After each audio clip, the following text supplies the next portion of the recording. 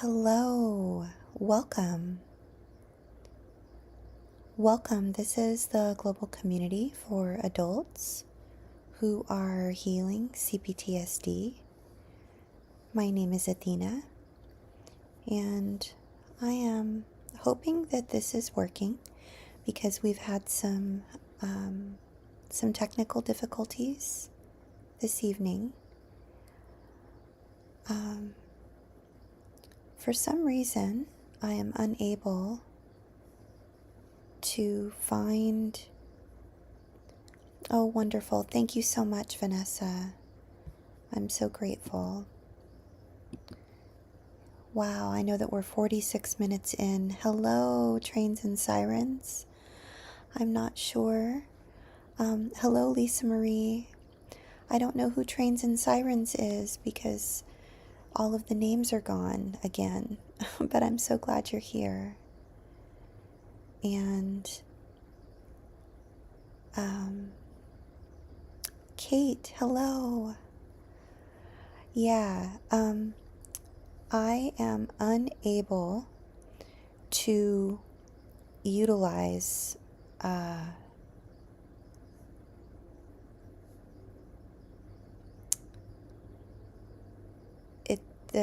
for some reason this is not the software, the technicals, the software that I must use in order to stream.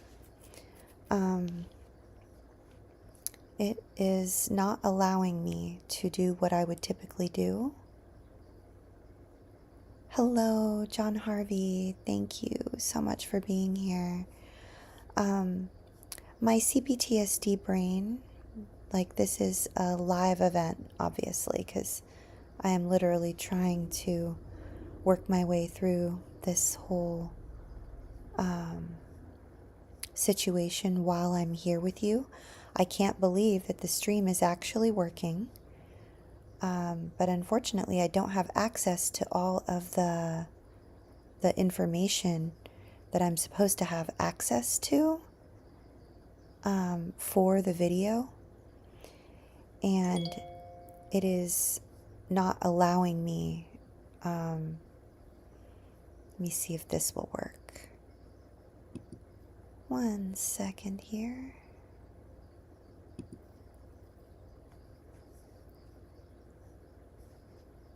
Maybe this will work.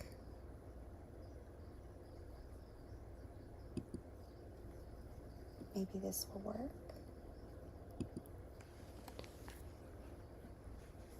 One second.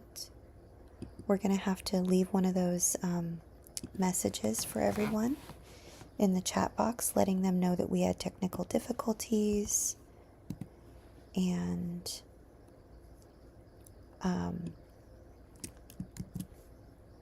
that the content will begin, I guess, let's see, how many minutes in are we so far? I have no video information. I have no way of being able to communicate or I'm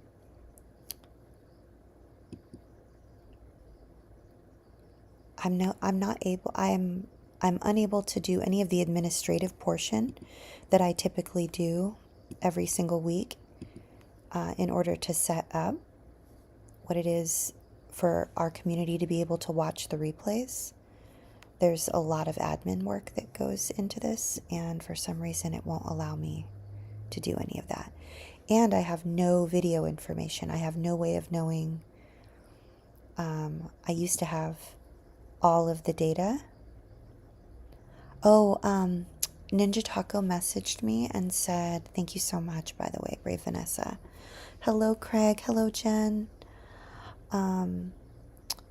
So Ninja Taco messaged me and is unable to be here tonight, but checked in. So yeah, I'm really glad. But yeah, so I have no way of being able to have any of the information that I typically have for the video. So I'm gonna guesstimate here, and I'm gonna try to First, let me just message my team because I had everybody on high alert here. Hold on one second. I'm going to delete that message.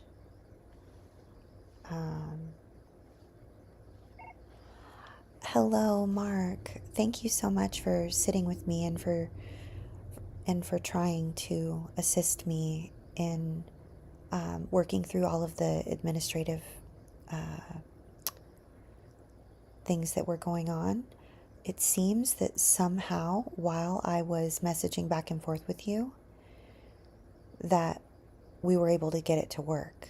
I'm here. I'm on the live stream right now.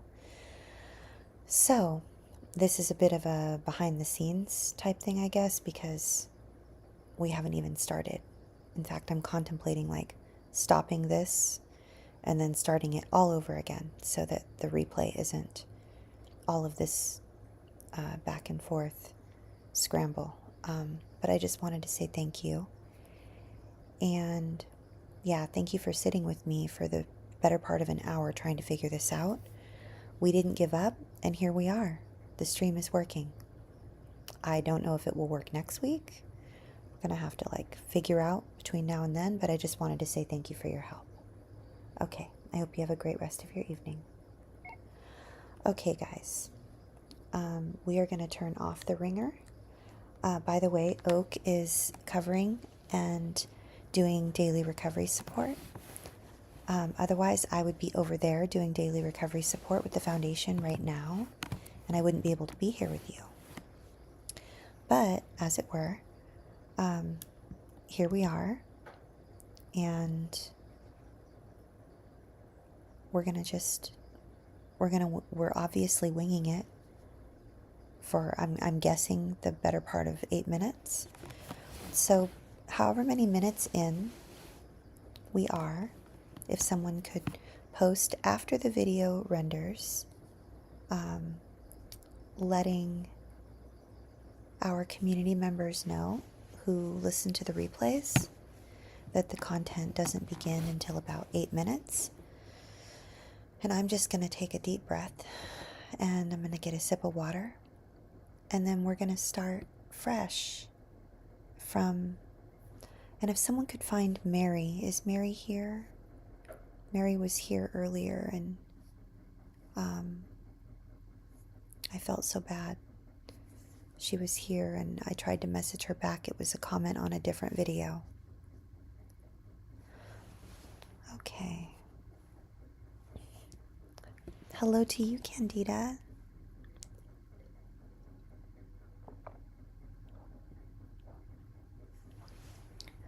Yeah, I'm not sure why the names change either. I was told by one of our community members that it was something that Google was doing to try to keep fraudulent identity situations. I have no idea. I'm not really sure. So let's just start over. I have to be really honest with you all. I haven't been that close to a complete and total dissolved meltdown in a really long time. It is Monday. I am at the end of what will be, towards the end of what will be like a 14-hour day.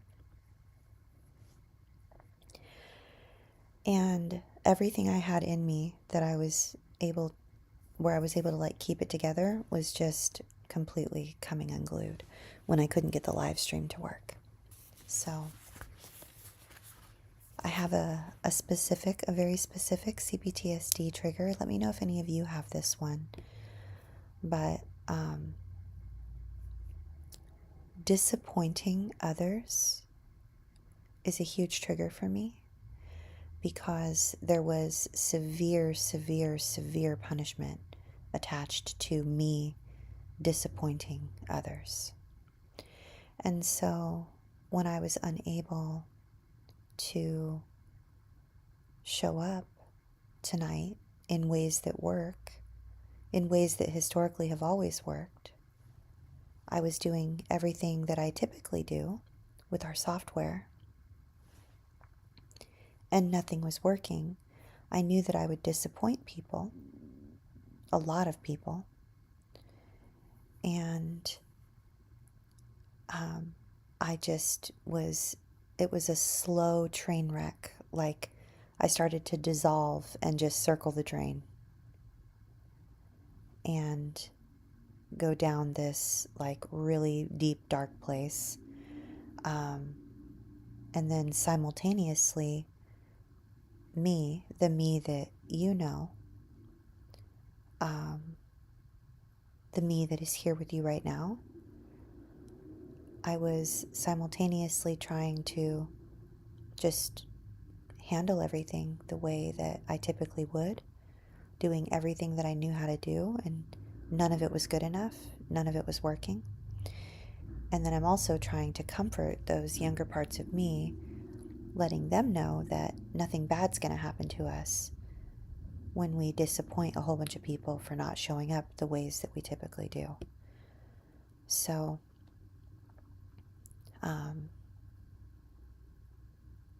I am pretty sure that after tonight, I will probably dissolve into like a puddle of tears, kind of like the polar bear shake, or if you're familiar with TRE, like tension and trauma release exercises.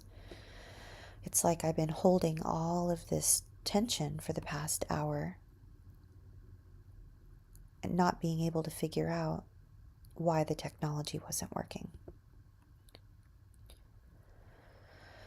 And then in the midst of all of it, all of a sudden the technology started to work. So, oh, thank you all so much. Yeah, and can we all just normalize? Can anyone show up or share in the chat if technology is a big trigger for you as well?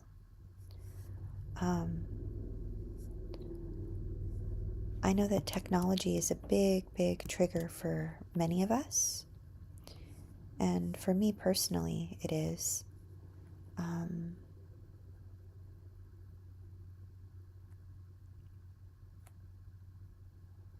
Yeah. Oh, Trains and Siren. Kate says, that makes sense. I've been in this group for many years. I've never seen this screen name before. It was my first and last name. Yeah. So I guess what's happening is Google is taking our names and changing the screen names so that people cannot participate in identity theft or something like that. So it's so odd.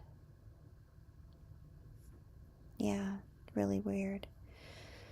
So I feel like I just need a complete and total reset here. Like every part of me just wants to delete this video and come back and see if I can get it to work again. But I'm like, but will I be able to get it to work again?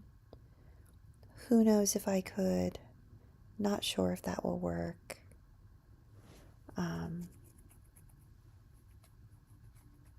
Yeah, so maybe we will just start from here. You know? Yes, Kate, a printer can make me melt and circle the drain. Yes. Yeah.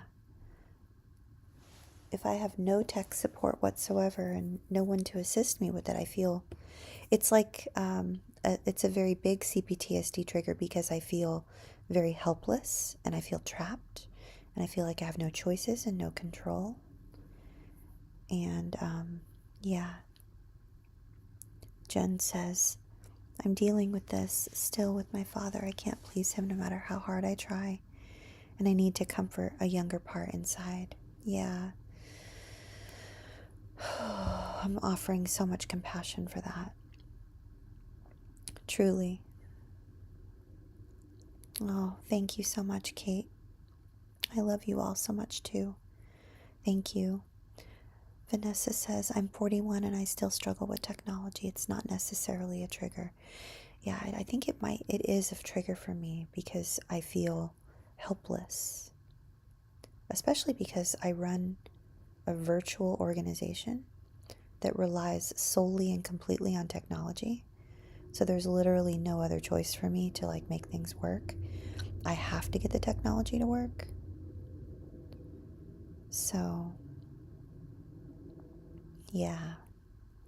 Okay.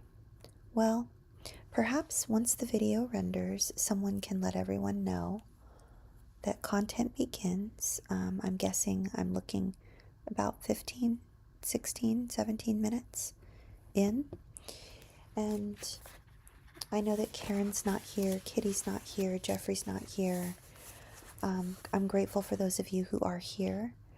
I just want to make sure that I know where we're starting. I'm pretty sure, if I'm not mistaken, that we were going to be starting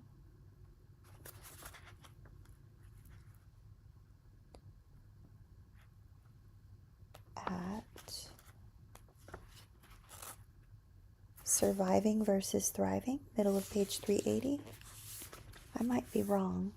Let me just double check my notes.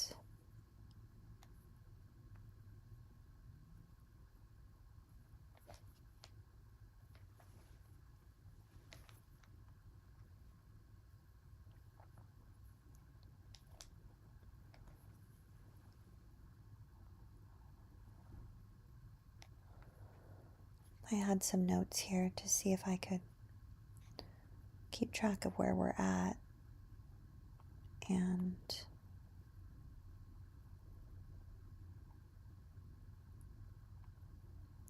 I don't know what I did with them.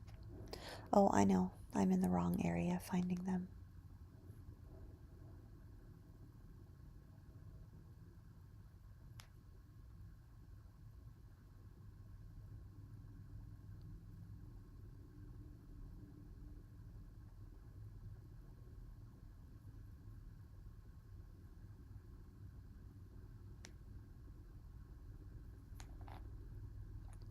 I want to make sure that we're not repeating last week's.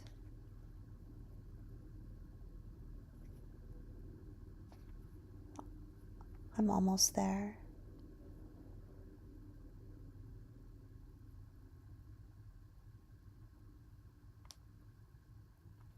Okay. So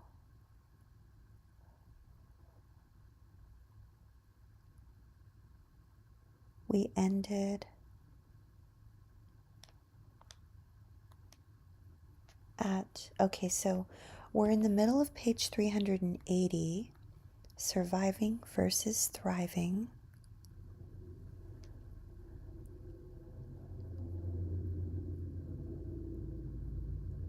Here we go.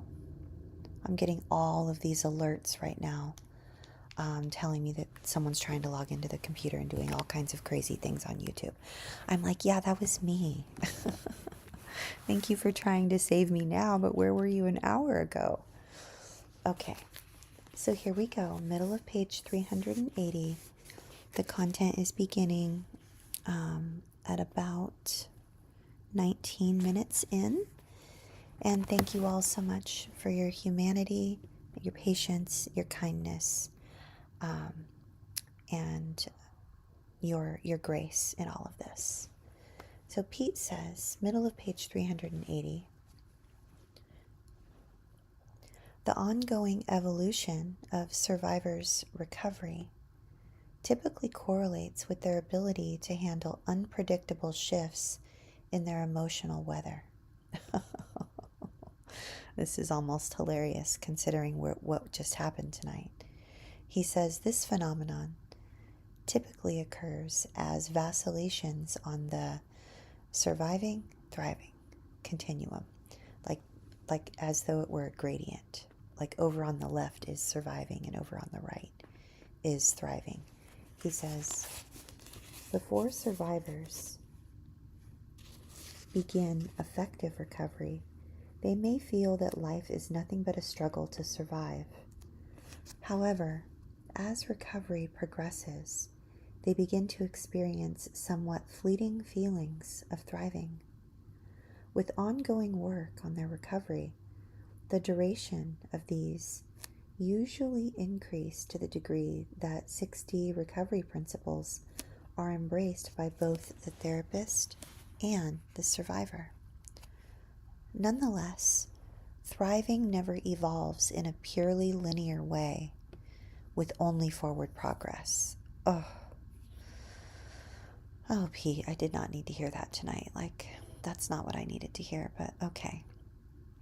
He says the bottom inevitably drops out sooner or later when survivors are once again triggered into an intense flashback, into feeling as if they are barely surviving at all.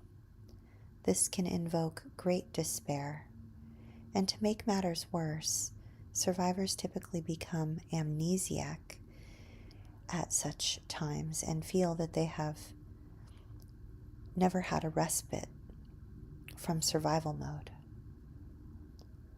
As explored in the last section, last week, it is crucial that therapists rescue survivors from full-fledged flashbacks of despair. Therapists can begin by compassionately reminding them that flashbacks can be seen as the growing pains of an effective trauma recovery process. This is because flashbacks present opportunities to practice and ingrain the self-compassionate and self-protective skills of flashback management. Helpers can also empathically remind survivors that their flashbacks often make them forget that they are progressing. They are, or eventually will be, experiencing longer and more frequent experiences of thriving. Moreover, they have had thousands of flashbacks, and they always eventually come out of them more and more quickly now that they are on an effective recovery track. A great deal of patience and persistence is key in supporting clients' recovery. In the course of every therapy, there will be recurring flashbacks into the abandonment depression, into feeling as hopeless and helpless as they did in childhood. At such times, therapists will do well to remember that the client is in polarized survival mode. Even the most trivial and normally easy tasks, like running a live stream on YouTube on a Monday night, can feel excruciatingly difficult. In most survivors' childhoods, life often felt and was too hard. In cases when flashbacks into survival mode are especially intense, thanatos, I'm not familiar with this word, I'm saying it for the first time. Thanatos often storms into their consciousness. Thanatos is the death urge described by Freud, and in an intense flashback, it often manifests as suicidal ideation, the feeling that death is preferable to their unbearable suffering. Therapists greatly enhance trust by helping survivors discern the difference between harmless, passive suicidal ideation and active suicidality, which of course requires suicide prevention protocols. Passive suicidal ideation is a common flashback feeling state of regressing to the worst times of childhood trauma, when clients' will to live was continuously imperiled and they recurringly wished that they were dead. When clients get this, such understanding can also be used to diminish any denial or minimization of how harrowing their childhoods were. Moreover, as experiences of thriving and of successfully resolving flashbacks accumulate, top of page 382, survivors mature into recognizing that any re-experiencing of suicidal ideation is evidence that they are in a particularly intense flashback. This, in turn, tells them that they need to invoke their flashback management protocols, which we went over a few weeks ago. As recovery and thriving progress, flashbacks into survival mode are less likely to take survivors into the utter despair and of the continuum, into the utter despair end of the continuum. Nonetheless, survival mode can still feel overwhelming, especially when real-time crises trigger a great deal of fear, shame, and depression. Being in survival mode is also more painful when flashback management is less effective and feelings that life is nothing but a struggle can hang on for days or even weeks. This is the territory where flashbacks can morph into extended regressions. Often these regressions are a call from survivors' psyches to work more diligently on their self-relating developmental arrests. In such cases, therapists often help most by encouraging them to continuously invoke self-compassion and to stubbornly practice resisting the virulent inner critic. Moreover, therapists can sometimes coax a quantum leap in the development of self-protection by encouraging clients to fiercely fight off the critic at such times. Further empowerment will come from aiding them to cry in compassion for the neglected and abused children that they were. Regressions are especially difficult. They often feel as unjust and overwhelming as the whole ordeal of childhood abandonment. At such times, survivors often revert to the less functional ways of self-soothing that they were driven to when they were younger. Depending on their 4F type, this can manifest as angry acting out, overworking, increased eating, substance abuse, excessive sleeping, and or sexually acting out. Noteworthy here, bottom of page 382, is the fact that all 4F types can be triggered into self-medicating out of feeling desperate to keep themselves on the thriving end of the continuum. Desperately clinging to thriving is a hard impulse to resist, especially when a preferred mood or energy state has moved beyond its normal expiration date, top of page 383. Yet, as recovery and mindfulness increase, therapists can help survivors see that this type of self-medicating indicates that they are trapped in a flashback. They can also encourage them to accept the sad and frustrating reality that humans cannot always be on the thriving end of the continuum, even when they have received good enough parenting. After all, who among us was not recurringly brought down by the COVID years of quarantine and isolation from wider society? Therapists can also kindly remind survivors that they create and accumulate even more pain by self-medicating to prolong a preferred experience.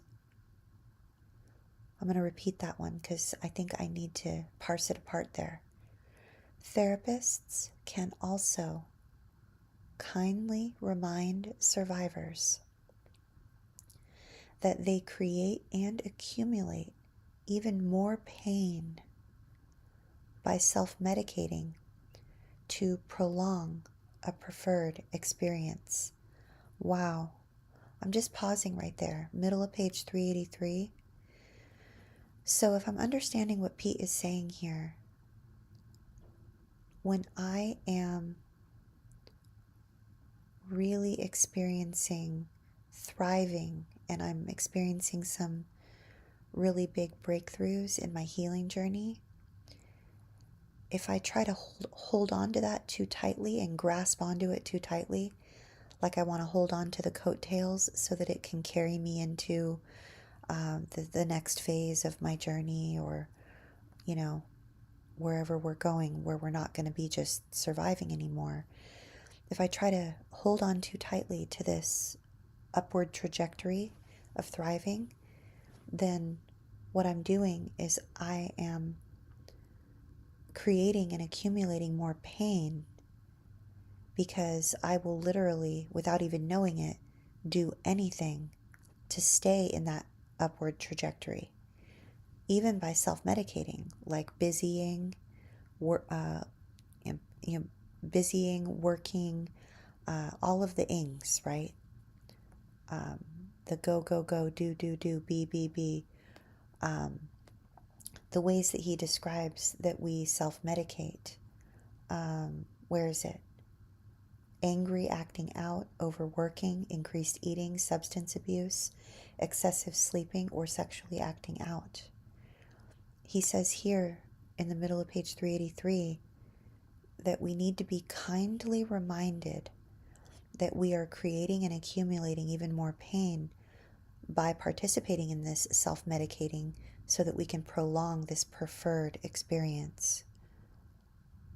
That's interesting. So is he suggesting that we accept the reality that sometimes we need to not be thriving? I thought the whole goal was to be thriving. I'm so confused. I'm going to continue reading so that we can hopefully break through the confusion. Middle of page 383. Once survivors recognize this type of regression, they benefit most by forgiving themselves, by commending themselves for identifying and understanding that their slips, and recommitting to the healthy practice of self-medicating their pain by self-compassionately crying it out, as well as feeling their way into and through it. As bears repeating, all human beings are existentially challenged to handle disappointing shifts out of thriving into surviving. CPTSD survivors, however, have greater difficulties handling these transitions because they were abandoned for so long at the surviving end of the continuum. Of course, they sometimes feel desperate to put it permanently behind them.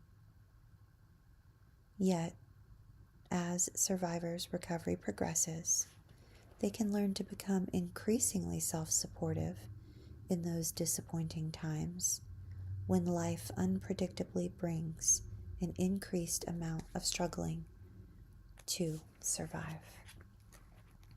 Oh, can we just pause and glance at that for a minute? That is a little bit of a lot of a bitter pill to swallow. I don't want to have to, I don't want to have to slip back into places of merely surviving on my way to thriving. But what Pete is saying is that is what we have to do. We have to, I guess this is what a lot of teachers talk about with acceptance, right? Yes, Lisa Marie nailed it. A flower isn't always in bloom. Winter has its place. I think we must radically accept all seasons. I need to hand this live stream over to you, Lisa, because that's the lesson, I think, tonight, and I would never have come to it on my own. I wouldn't have. It all feels so very unfair, right? But you're right. For everything, there is a season. And just because a flower or a tree dies off and loses all of its leaves during fall and then turns brown during the winter, it doesn't mean that there's not going to be a spring or a summer. I think this is where trusting the process comes in, and it feels very unfair to have to trust the process and trust the seasons.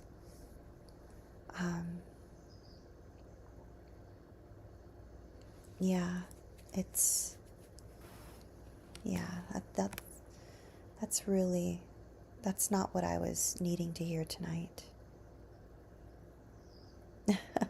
Hi, Kitty. Oh, it's so good to see you.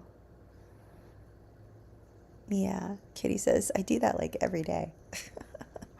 Oh, talking to John Harvey. John Harvey says, I used to talk with people in my head about my problems. Daydreaming can be a good escape. Absolutely, yes. And Kitty says, I do that like every day. I know, right, Kate? Truth bomb. Yeah. Kate says, wow, Lisa Marie. Exactly. Seriously. Oh my gosh. So the next section here, I feel as though I would be remiss if I stopped reading right now. So I'm going to continue because Pete, top of page 384, talks about accepting and acceptance, and that's what Lisa was pointing towards, the acceptance of all seasons. So here we go, top of page 384. With effective therapy and personal recovery work, survivors generally find that their flashbacks are less and less frequent and easier to handle. Nonetheless, they will still be challenged to accept the fact that recovery is never complete. Letting go of the salvation fantasy of becoming flashback free often remains problematic. Still, this fantasy typically ebbs progressively with a 6D approach to recovery, which, if you glance at the screen, the thumbnail, the video, those 6 little color bubbles, those are the 6Ds, those are the 6 dimensions. So what Pete is saying is, if we approach our healing from those 6, that 6-dimensional approach that he is teaching us in this book, that this will get less and less and less and less and less painful. Thank God, because tonight was really, really painful. Let's see if I can fix this. There we go. So yeah, he says, still, this fantasy typically ebbs progressively with a 6D approach. Therapists do well to gently remind survivors to resist their salvation fantasies. If they do not, they are likely to regress into contemptuously blaming others. Oh no, wait, scratch that. Therapists do well to gently remind survivors to resist their salvation fantasies. If they do not, they are likely to regress into contemptuously blaming themselves every time they have a flashback. Their self-blame then, of course, exacerbates the flashback. Once again, this understanding is crucial because recovering is typically punctuated with many temporary flashbacks which feel as permanent as concrete. Therapists can further remind their clients that these excruciating feelings of interminable despair are normal. They are normal symptoms of a flashback. When survivors flash back, they regress into their young, undeveloped minds, which were incapable of imagining a future any different than the everlasting present of being unbearably abandoned. So how can therapists help survivors bear the knowledge that their awful childhoods have created some permanent damage? Many of my clients experience considerable relief when I compare CPTSD to diabetes, another condition that often requires lifetime management. And while lifetime management may sound as unpalatable as a life sentence in jail, the good news is that, as with diabetes, survivors can become so skilled at CPTSD management that it ongoingly becomes less problematic. Even better, both sets of survivors can live increasingly rich and rewarding lives. The best news is that CPTSD, when efficiently managed, eventually bestows gifts. Effective recovery work often manifests the significant silver linings described in the next section. Notably, some of these are often less available to those who were not traumatized in childhood. Finally, I found Sheldon Kopp's books, Here I Am, Wasn't I? And If You Meet the Buddha on the Road, Kill Him, exceptionally helpful in deconstructing my long-time, once concretized salvation fantasy.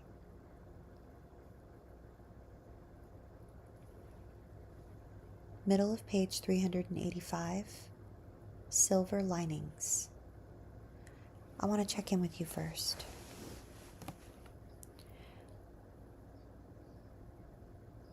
Yeah, Lisa says, we've all been through so much. I'm so sorry for all the suffering. It's been too much winter. I hope it balances out. Yeah.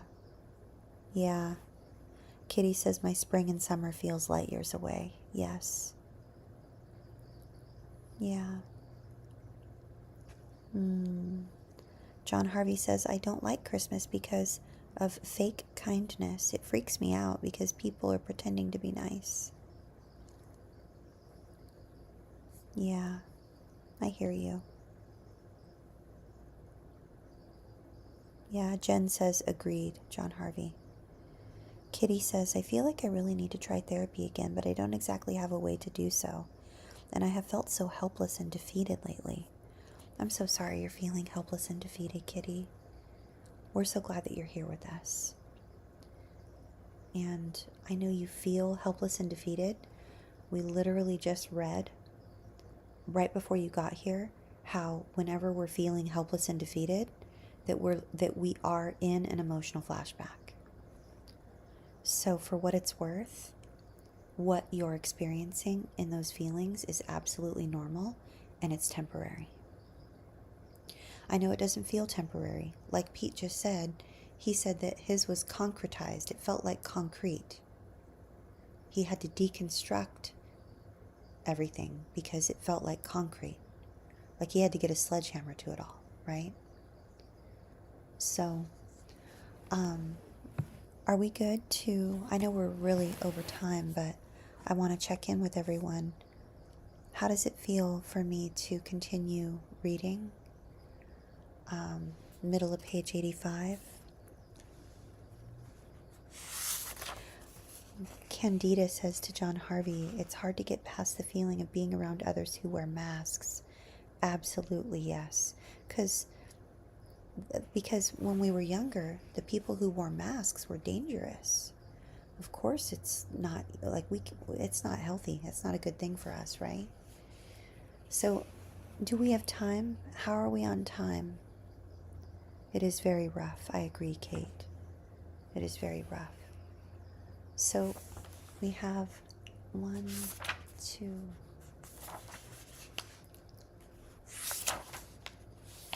We have about 2.5 pages.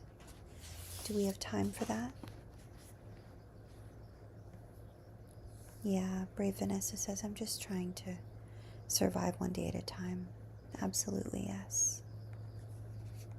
I hear you. Yeah, Jen says 1 minute at a time.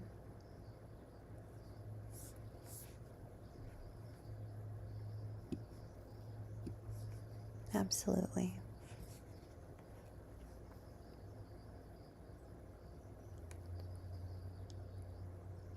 John Harvey says, fake kindness makes my spidey senses go off like they are bad people hiding in plain sight. Yeah, exactly. Brave Vanessa says yes. Kate says, I normally run away when it gets rough, but I say keep reading. I know, right? I know, I just wanted to check in with you all first, because who knows? I'm hoping, this subsection is called Silver Linings. So, typically, if this were anybody else that I was reading, if they started off a section of anything called Silver Linings, I would say, fuck you, and I would stop reading, because no one's going to tell me that I need to be grateful for all this bullshit. But it's Pete, and this dude has been healing out loud for 40 years, and he's teaching us the way.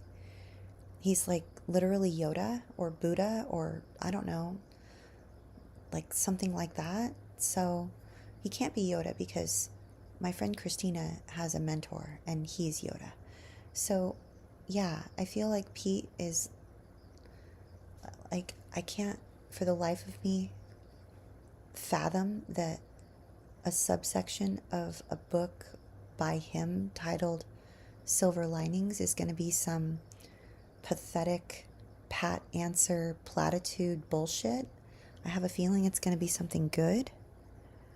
So, Kitty says, I wonder if it's actually an emotional flashback or if it's just my life at this point. It's interesting you should say that because in the book that we're reading right now, he says that we actually, part of the flashback makes us think that it's just our life, but it's actually a flashback. I promise you that's exactly what it said. I don't know what page it was. I think it was like page 381, maybe? Yeah. So, so yeah, I'm going to continue reading. And John Harvey says, I love hearing you cuss. It makes you more real and honest. No shame. Thank you, John Harvey. I don't tend to curse on our live streams as much as I used to because I got a lot of hate from a lot of people regarding the cussing. Yeah, Kate says exactly. That's what made me stay. I don't want to hear that bullshit either. Exactly. Yeah, typically, if this was anybody else and we were reading a book by literally any other of the 8 billion humans on planet Earth, and there was something called Silver Linings, I would just, we would just be like, F this, we're out of here. But since it's Pete, let's give him a hall pass and let's see what he has to say. Middle of page 385. Let's just give it a go, okay? If you don't want to be here, please just leave. Take the best, leave the rest. Like, if this isn't helpful for you, then by all means, like, there's no shame in leaving. So let's go for it. Here we go. I know we're way over time, but let's just go for it.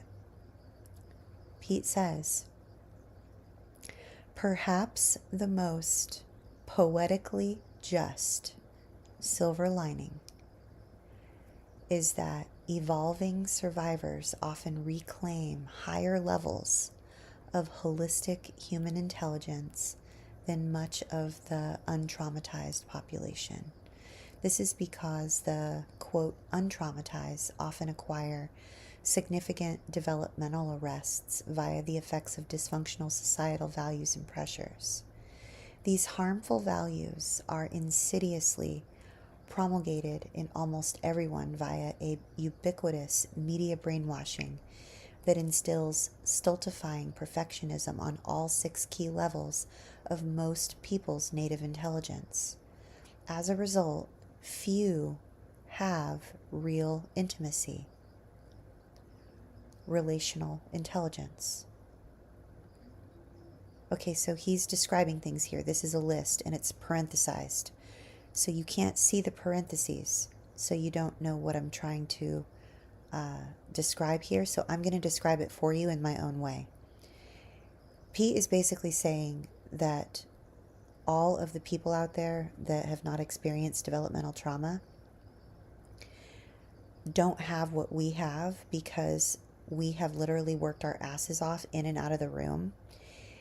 And the reward that we get, even though it is very hard won and it's a bunch of bullshit and we're sick of it and we're just like, really, we would just rather be normies at this point. What he's basically saying here is that as a result of all the shit we've been through, we get to experience real intimacy, full emotional expression, user-friendly psyches and healthy egos, balanced autonomic nervous systems, and gratitude for being alive, and a full, balanced access to all of our instinctive 4F responses. And he describes all of those as the 6 dimensions: relational intelligence, emotional intelligence, cognitive intelligence, somatic intelligence, spiritual or existential intelligence, and behavioral intelligence. He says that the harmful values that society has brought has caused everyone to be extremely dysfunctional, and they all think that they are untraumatized, when in all actuality they have been developmentally arrested in all the same ways that we have, but like in a more insidious way, because it's all in the name of culture. And it's been through perfectionism and brainwashing, and it just, they don't even realize. Like, he's saying that the benefit that we have is that we now know that we are healing repeated relational trauma, developmental trauma, CPTSD, and other people have they're not emotionally intelligent enough to know that they're being completely brainwashed by the media into what he calls stultifying perfectionism in all 6 levels of our native intelligence. But since we are working through our healing journey in all 6 dimensions, we actually have access to it. He says, bottom of page 385. That's me paraphrasing all of his beautiful words, by the way. That was my version of it. He does a way better job. Bottom of page 385, he says, by and large, those of us who grow up in industrialized societies live in emotionally impoverished cultures. However, those who stick with a long-term trauma recovery process are often rewarded with relational and emotional intelligence far beyond the current norm. Another potential silver lining of developmental trauma, or CPTSD, is that many survivors are forced to consciously address their emotional suffering because their wounding is so much more severe. Those who work an effective trauma recovery program not only recover significantly from emotional damage, but they also evolve out of the emotional impoverishment of our broader society. One of my clients described this as becoming, quote, way more emotionally intelligent than the normies. I love that he said normies. Top of page 386. And in line with the central theme of this book, the greatest reward of improved emotional intelligence is a recovery of the innate human capacity for true intimacy. Emotional intelligence is a foundational ingredient of relational intelligence, a type of intelligence that is also frequently diminished or rare in the general populace. As described earlier, intimacy is greatly enhanced when 2 people dialogue with authentic vulnerability about all aspects of their experience. This is especially true when they transcend taboos against full emotional communication. Feelings of love, appreciation, and gratitude are naturally enhanced when individuals reciprocally show their full selves, confident or afraid, loving or alienated, happy or sad, buoyant or depressed, proud or embarrassed. What an incredible achievement it is when any two of us create truly authentic and supportive relationships. Many of the most intimate relationships that I have seen are between survivors who have freed themselves from the negative legacies of their upbringings, especially the taboos around showing their pain. As I write this and think of the inner circle of my closest friends, this is Pete Walker speaking, he says, as I write this and think of the inner circle of my closest friends, they are all survivors, blessed with the emotional and relational intelligence boost that derives from effective recovery work.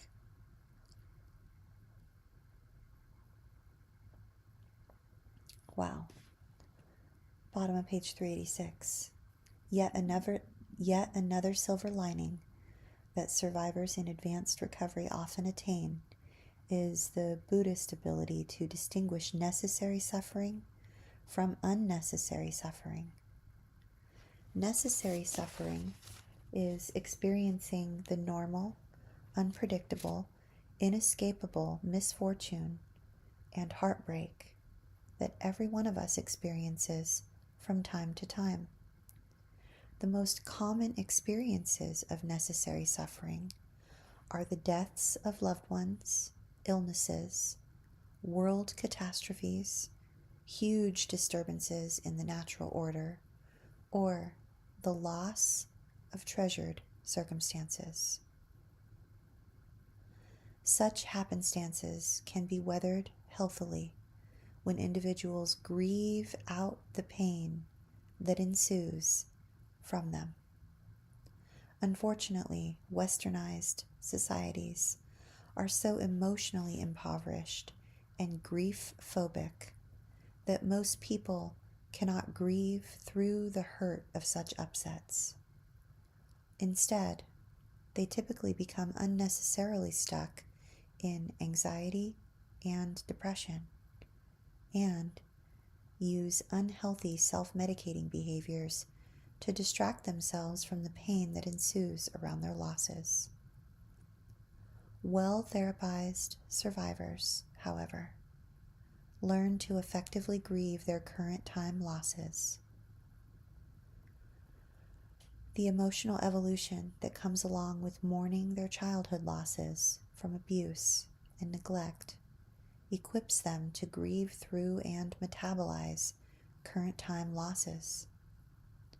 Through crying out, angering about, and verbally venting their hurt and pain. This decreases their over-adrenalization and returns them to homeostasis and being peacefully embodied. It also decreases their perfectionism and works through their unprocessed childhood pain enough to establish healing relationships based on vulnerability and authenticity. Compare this to unnecessary suffering, which is all the pain and discomfort that comes from not addressing developmental arrests and damage.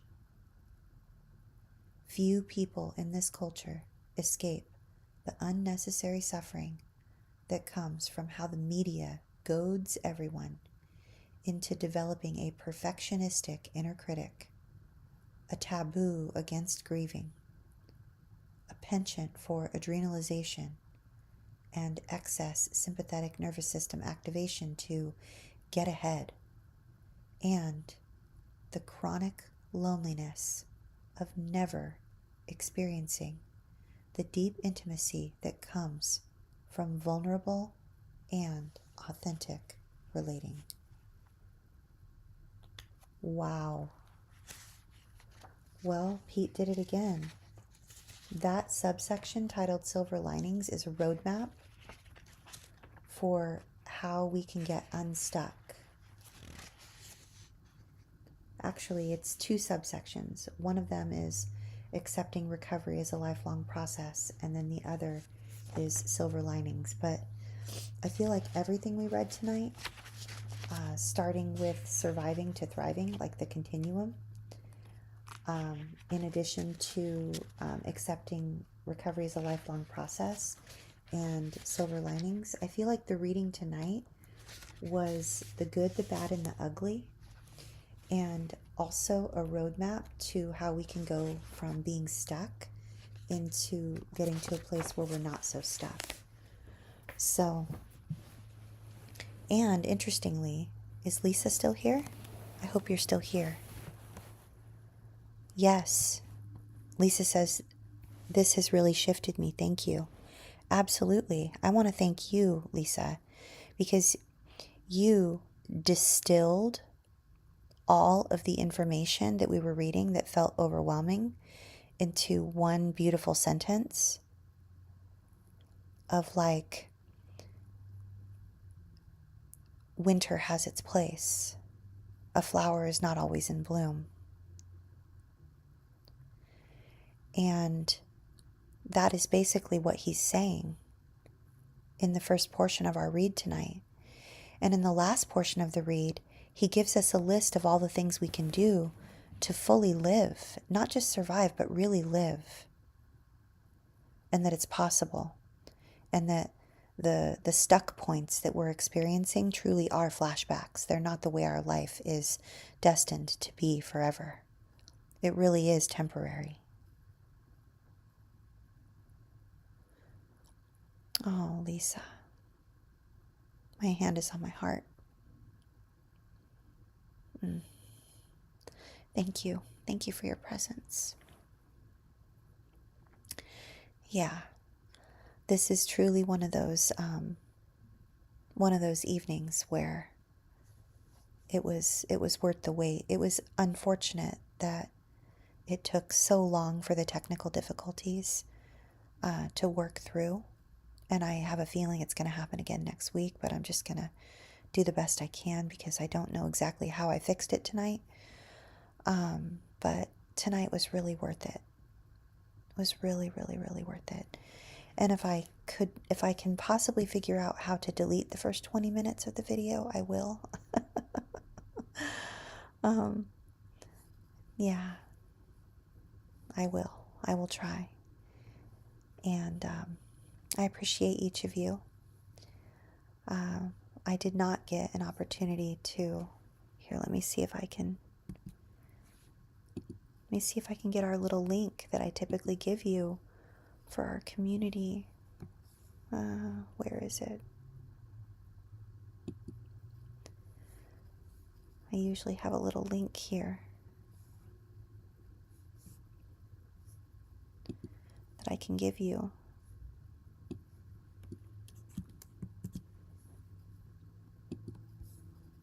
Here we go. There is a link if you would like to join us away from social media. And